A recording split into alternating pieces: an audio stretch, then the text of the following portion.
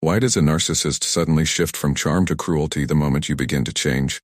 Why do they grow more manipulative, not less, when you reclaim your voice? Carl Jung believed that true transformation doesn't just challenge the person who is changing. It unsettles everyone who once relied on your weakness to maintain their control. And for narcissists, this is terrifying. They don't fear rejection or abandonment as much as they fear one truth. Your strength means they no longer own you. And in that moment, they don't let go, they escalate. They launch what Jung's work helps us recognize as one final, carefully calculated form of manipulation. Now let's explore what happens when a narcissist senses they're losing control, and why their last tricks can be the most dangerous of all. Jung described the psyche as a dance between the conscious self and the shadow, those hidden, repressed parts of us we refuse to confront. For narcissists, the shadow is unbearable. It carries their deepest fears of inadequacy, inferiority, and emptiness. Instead of facing it, they project it outward, usually onto those closest to them. As long as you are uncertain, dependent, or desperate for their approval, you carry their shadow for them. But the moment you reclaim yourself, when you say no, set boundaries, and trust your instincts instead of their validation, something ruptures. For you, Jung called this individuation, the process of becoming whole. For them, it's a crisis. Your independence threatens the illusion of superiority they've built, so they fight to drag you back into the role you've outgrown. This is no longer about affection, it's about control, and lost control always seeks revenge. When charm fails, they turn to something sharper, attacking the very qualities in you that show progress. If you stand firm, you're cold. If you assert your needs, you're selfish.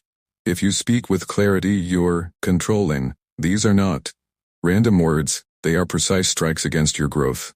Modern psychology calls this strength shaming, though Jung anticipated it long before.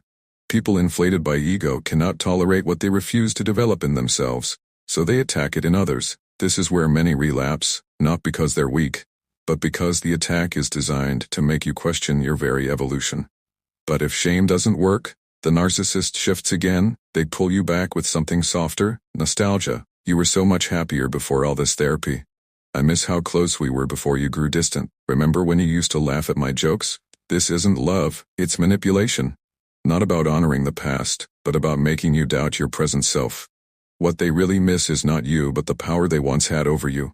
And when even nostalgia fails, they play their most manipulative card of all, crisis.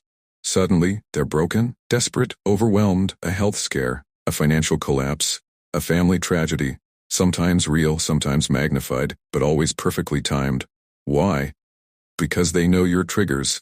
Guilt and compassion. They want you to choose them over yourself. Jung called for differentiated compassion, the ability to care without abandoning who you are. But the narcissist wants you to blur the two. And if you give in, the cycle begins again. Jung believed the sacred task of the psyche is individuation. Becoming fully yourself, beyond ego, beyond shame, beyond manipulation. Every time you resist their final tactics, you affirm that journey. You prove your strength was not a phase, it was a homecoming. The narcissist's desperation is not proof of your cruelty. It's proof of their loss of control. Your task is not to fix them, it's to stay awake, stay rooted, and stay aligned with who you are becoming.